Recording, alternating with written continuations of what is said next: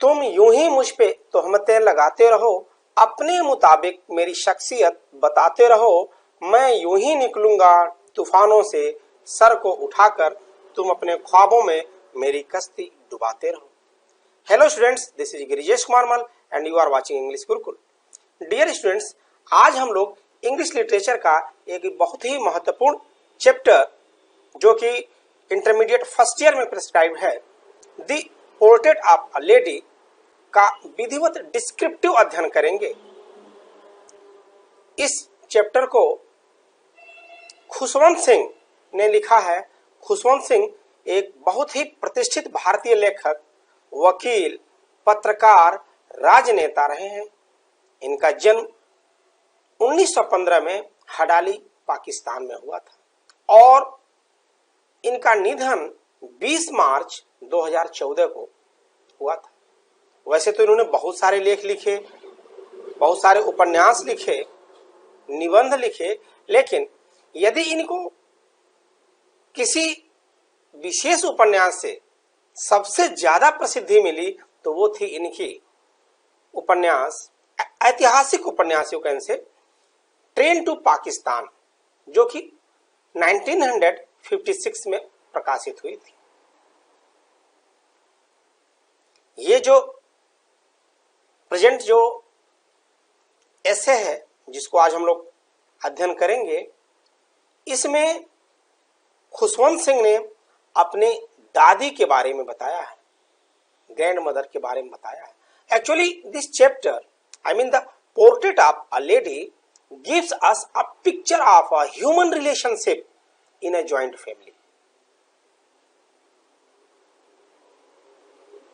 इस पूरे निबंध में खुशवंत सिंह ने अपने दादी का एक सजीव चित्रण प्रस्तुत किया है, उनके रहन सहन के बारे में, उनके जीवन जीने की कला और खुशवंत सिंह से उनका जो एक संबंध था, जो एक लगाव था, ये सारी चीजें इस चैप्टर में इन्होंने डिस्क्राइब की है।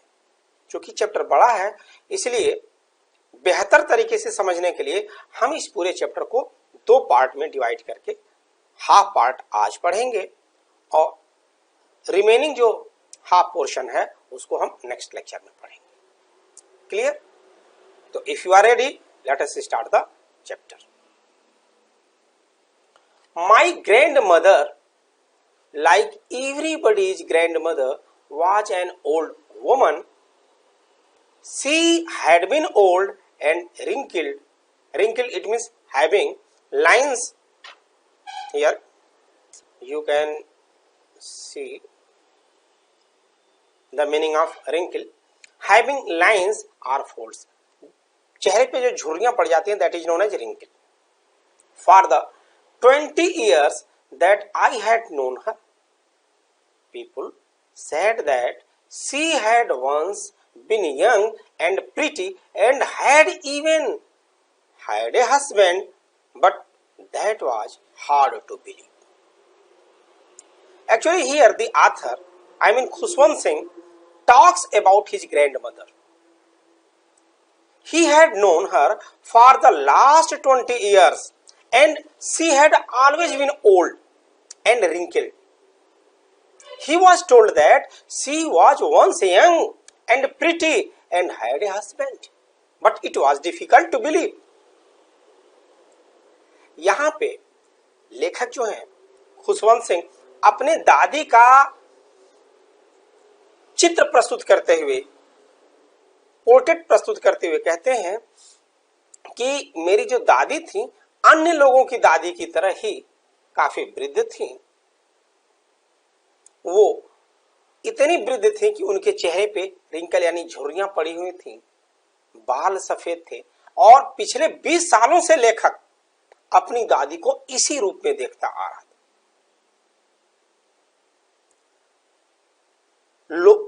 लोग कहते थे कि ये कभी युवा रही होंगी, आकर्षक रही होंगी, लेकिन लेखक कहता है कि यह विश्वास करना मुश्किल था, यह विश्वास करना कठिन था कि वो कभी युवा और आकर्षक भी थी, कभी उनके हस्बैंड भी थे। Clear?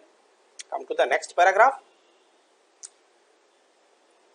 My grandfather's portrait, it means painting or picture. Clear? Hung above the mantelpiece, shelf above the fireplace, जहां खाना बनता है उसी के ऊपर जो shelf होता है. In the drawing room, he wore big turban and loose-fitting clothes. His long white beard covered the best part of his chest, and he looked at least 100 years old. He did not look the sort of person who would have a wife or children. He looked as if he could only have lots and lots of grandchildren. Here, the author says about his grandfather. He says that his grandfather's portrait hung on the wall, in which he wore loose-fitted clothes, a turban, and had a long white colored beard that reached up to his chest. He also appeared very old, and the author thought that he was someone who could have many grandchildren, but not a wife or children. अपने दादा के बारे में बताते हुए लेखक कहता है कि उसके दादा का जो पोर्ट्रेट थी, जो तस्वीर थी, जो चित्र थी, वो बैठक में चिमनी की जो कार्निश थी ना, उसके ऊपर टंगी हुई थी. इसके दादा एक बड़ी सी पगड़ी पहने हुए थे, उनके वस्त्र ढीले थे, वो कम से कम 100 वर्ष के लगते थे. At least here, at least कम से कम 100 साल के लगते थे. ये विश्वास करना कठिन था कि कभी उनकी एक पत्नी रही होगी, उनके बच्चे रहे होंगे. ऐसा प्रतीत होता था कि उनके बहुत सारे लॉट्स देखिए, ग्रैंड चिल्ड्रेन, पोते और पोतियां रहे होंगे. बच्चों की तो बात है, छोड़ दीजिए, उनकी उम्र को देख करके ऐसा प्रतीत होता था. Clear? Come to the next line. As for my grandmother, being young and pretty, the thought was almost revolting. Revolting, it means disgusting. She often told us of the games she used to play as a child that seemed quite absurd. Absurd, it means ridiculous and undignified. Undignified, it means which is not respectable on her part, and we treated it like the fables of the prophet's son. She used to tell us. Here again, the author talks about his grandmother. The author could never imagine that once his grandmother was young and pretty. He could not connect to this idea. She used to tell him and his cousins about her childhood memories, like the games she used to play as a child. They found these stories illogical and disrespectful because it was beyond their imagination to think that grandmother was once a child and played such type of games. They thought that her life's stories were like the other moral stories which she used to tell them. अर्थात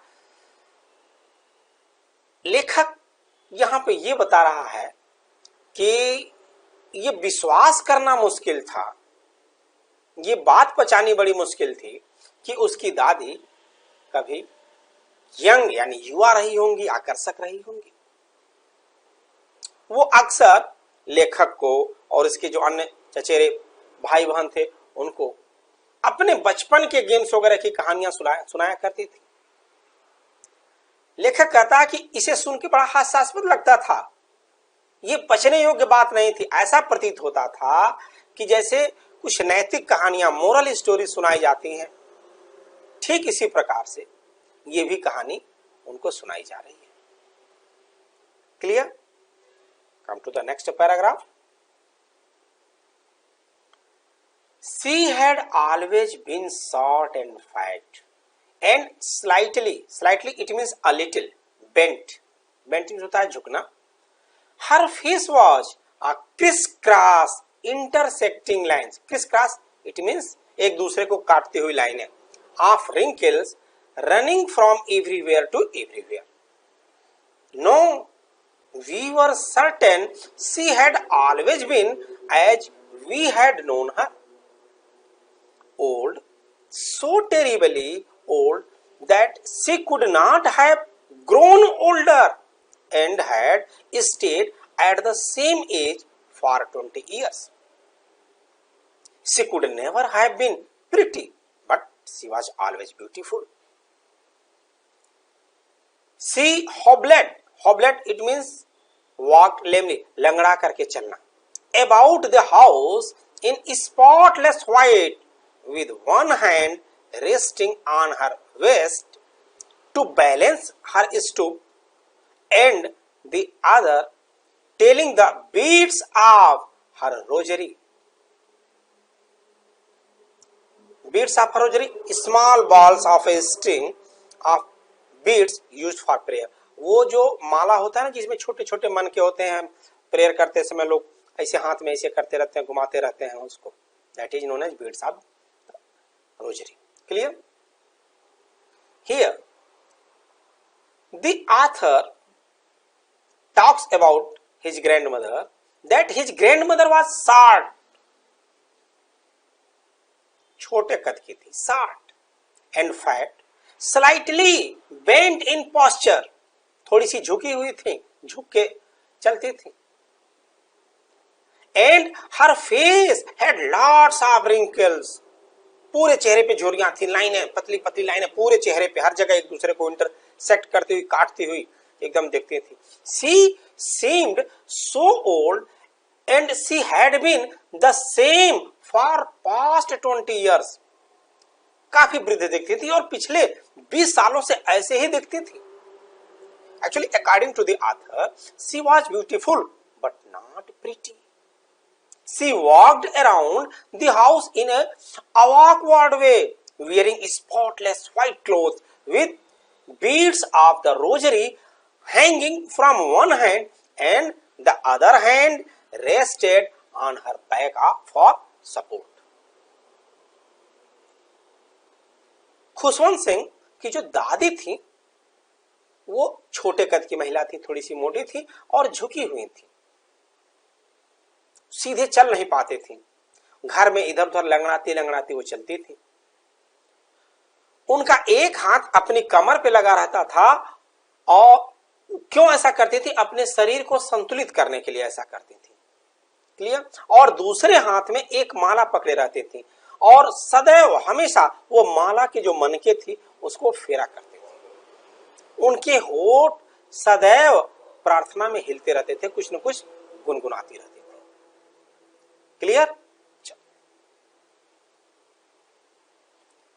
हर silver locks, white hairs, एकदम चांदी जैसे सफेद बाल, clear, वर scattered untidily, scattered होता है तितर बितर होना, इधर उधर फैले रहना, ठीक है, इन अ डिसऑर्डर वे, ओवर हर पेल, पकड़ होता है wrinkled face, and her lips constantly, just I have told you, moved in inaudible prayer.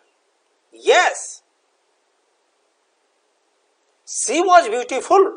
She was like the winter landscape in the mountains, an expanse of pure white serenity. Serenity, it means calmness, breathing peace and contentment. Contentment, it means mental peace. Here, the author says that his grandmother had silver-colored hair, which was not neatly combined and was disorganized. Her hairs were disorderly manner. She was constantly chanting prayer, continuously chanting prayer.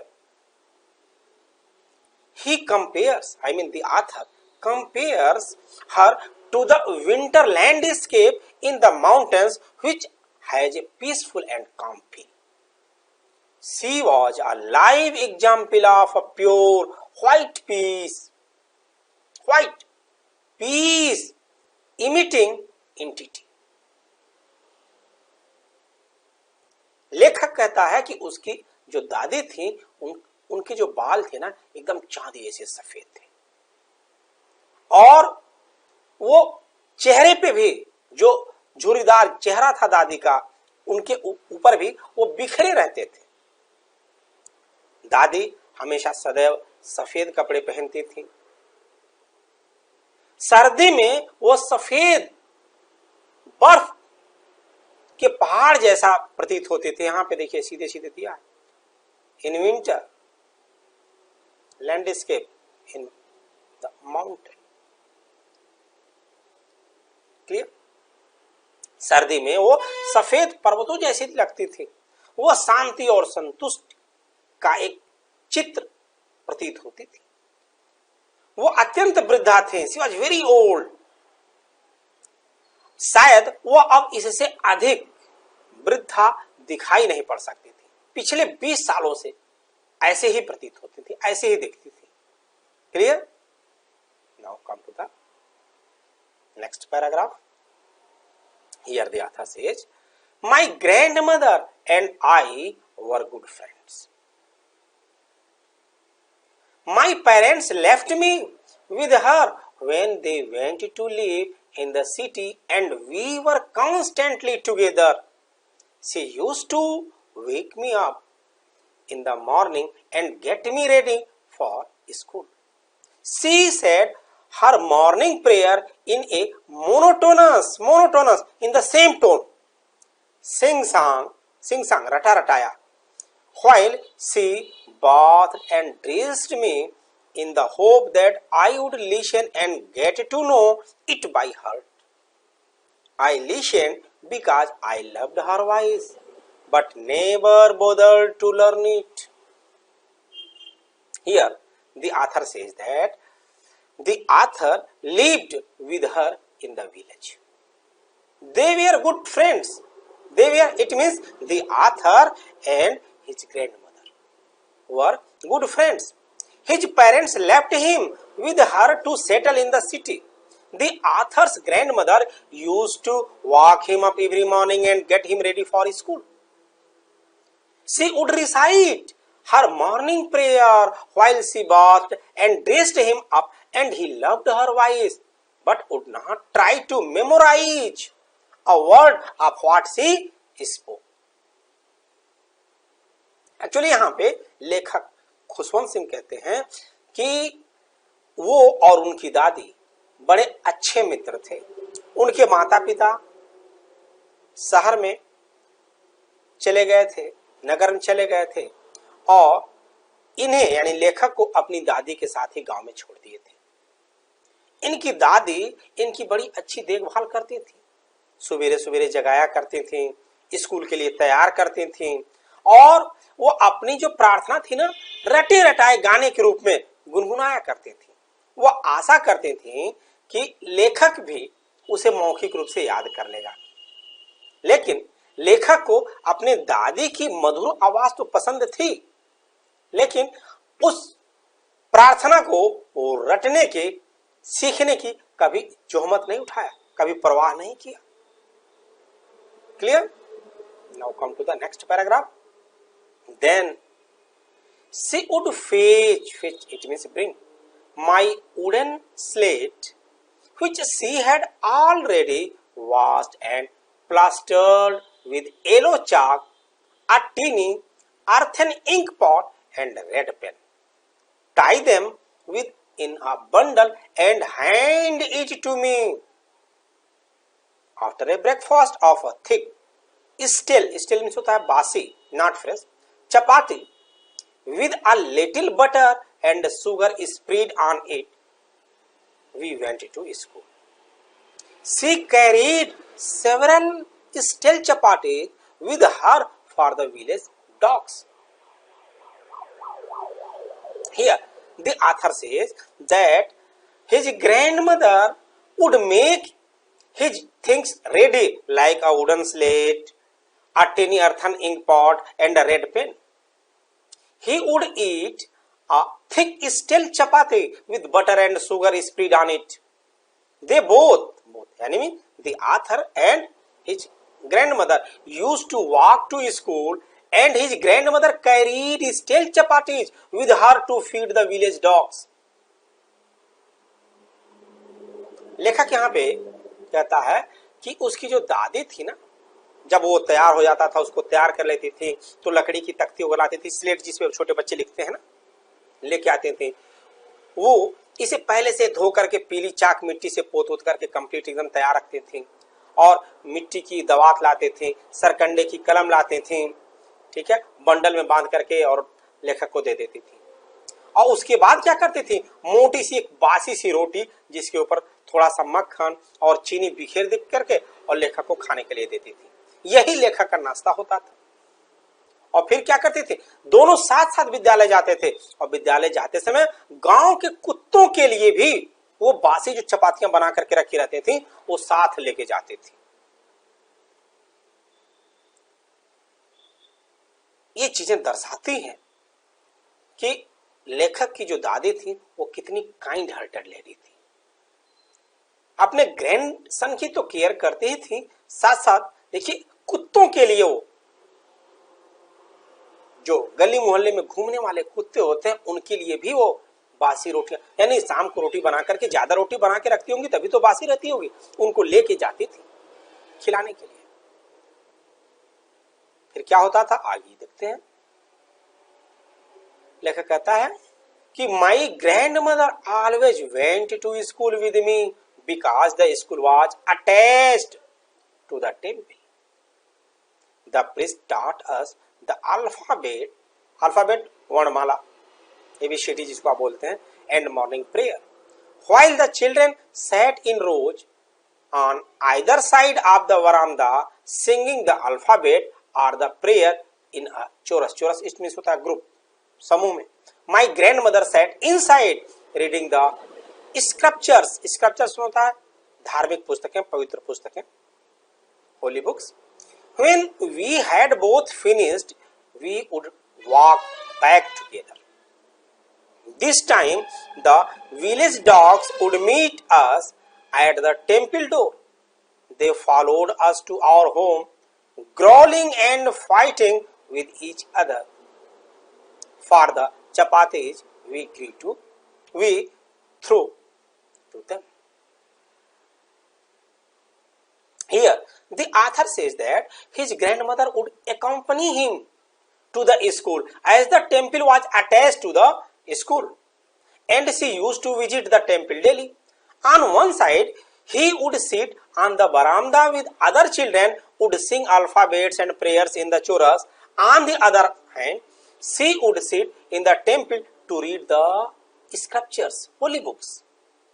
After finishing, they would walk back home together, and the village dogs met them at the temple door. They would follow them to their home, growling and fighting with each other for the stale chapatis that she fed them. लेखक यहाँ पे अपने दादी का जिक्र करते हुए कहता है कि उसकी दादी सदैव उसके साथ, ऑलवेज, हमेशा उसके स्कूल जाती थी। क्योंकि जो लेखक का जो स्कूल था वो मंदिर से एकदम जुड़ा हुआ था। पुजारी बच्चों को वर्णमाला और प्रातः काल का प्रार्थना वगैरह सिखाते थे। बच्चे बरामदे में 2 कतारों में बैठ जाते थे और सामूहिक गान के रूप में प्रार्थना और वर्णमाला वगैरह याद किया करते थे। और दादी सदैव मंदिर के अंदर बैठती थी और धार्मिक पुस्तकें पढ़ा करती थी। फिर दोनों साथ साथ घर लौटते थे। जब वहां से निकलते थे वापस आने के लिए तो गांव के जो कुत्ते थे ना, मंदिर के द्वार पे एकत्रित हो जाते थे, कलेक्ट हो जाते थे, गैदरिंग हो जाती थी कुत्तों की। वे चपाटियों के लिए, जो बासी रोटी होती थी चपाती, उनके लिए एक दूसरे पे गुर्राते थे, लड़ते थे। और ये दोनों कौन, लेखक और दादी, फिर उन कुत्तों के सामने वही बासी जो चपातियां होती थी उसको फेंका करते थे, तो उनको खाने के चक्कर में कुत्ते एक दूसरे से आपस में लड़ा करते थे। Clear? Now come to the next paragraph. When my parents were comfortably settled in the city, they sent for us. That was a turning point in our friendship. Although we shared the same room, my grandmother no longer came to school with me. I used to go to an English school in a motor bus. There were no dogs in the street, and she took to feeding sparrows in the courtyard of our city house. Here, the author says that when his parents got settled in the city, they called them. They called both of them to the author and his grandmother. That was the turning point of his friendship with his grandmother. They shared the same room, but she no longer would give him company to his school. Why? He started going an English medium school, and a motor bus would come to pick and drop him. That's why she did not accompany him.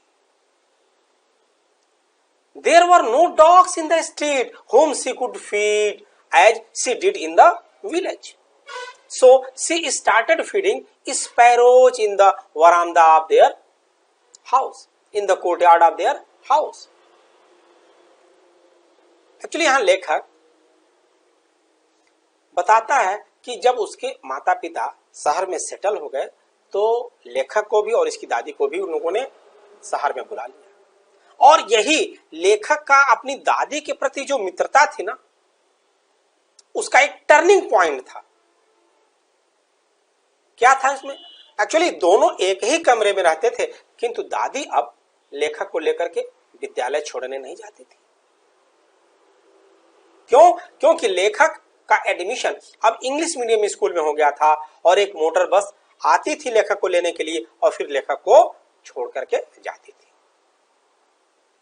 और अब वहां पे जो नगर की जो गलियां थी, streets थी, उसमें कुत्ते नहीं थे, इसलिए दादी ने अब घर के आंगन में चिड़ियों को, स्पैरो यानी गौरैया, sparrow is a kind of birds, एक प्रकार की पक्षी है, गौरैया जिसको बोलते हैं आप लोग हिंदी में। तो अब लेखक की दादी जो थी आंगन में चिड़ियाओं को, स्पैरोज को अब भोजन खिलाना आरंभ कर दी। Clear? Then what happened? As the years rolled by, वर्षों बीत गए, years rolled by, we saw less of each other. For some time she continued to wake me up and get me ready for school. When I came back, she would ask me what the teacher had taught me. I would tell her English words and little things of Western science and learning, the law of gravity, Archimedes' principle, the world being round, etc. This made her unhappy. She could not help me with my lesson. Here the author says that as the years passed in the city, their interaction with each other reduced. Their interactions, जो लगाव था वो reduced हो गया, घट गया। For some time she continued to walk him up and would get him ready for school. She would ask him what he had learned in the school that day. The scientific terminology and English words made her unhappy. As she did not know the language, she could not help him with the lesson. Actually, लेखक कहता कि वर्षों बीत गए, अब वो एक दूसरे से कम मिलते थे। जब कभी मुलाकात आमने सामने होती थी तो लेखक की दादी इससे पूछ लेती थी कि आज उसको उसके विद्यालय में उसके अध्यापक ने क्या पढ़ाया। लेखक बताता था कुछ इंग्लिश वर्ड्स बताता था, जो पश्चिमी विज्ञान जो पढ़ा होता था वेस्टर्न साइंस उसके बारे में बताता था, गुरुत्वाकर्षण का जो रूल्स है उसके बारे में बताता था, आर्किमिडीज के सिद्धांत के बारे में बताता था, पृथ्वी गोल है, ऐसी सारी चीजें जो साइंटिफिक जो चीजें थी उन चीजों का जिक्र करता था जो कुछ उसको विद्यालय में पढ़ाया जाता था। तो लेखक की जो दादी थी वह इन चीजों पर विश्वास नहीं करती थी, वो अंग्रेजी और साइंस वगैरह को, विज्ञान वगैरह को पसंद नहीं करते थे, और चूंकि ये विषय उनको आते भी नहीं थे इसलिए वो लेखक की बिल्कुल भी मदद नहीं कर पाती थी। Clear? She did not believe in the things they taught at the English school and was distressed that there was no teaching about God and the scriptures. One day I announced that we were being given music lessons. She was very disturbed. To her, music had lead associations. Lewd it means vulgar, अश्लील जिसको आप हिंदी में कहते हैं। It was the monopoly of harlots, harlot it means prostitutes and beggars and not meant for gentle folk. She said nothing but her silence meant disapproval. She rarely talk to me after that. Here the author says that as his new English medium school never taught him about God and religious scriptures. This made her sad. She did not approve of such type of education. When she came to know that he was getting music lessons, she disturbed very much.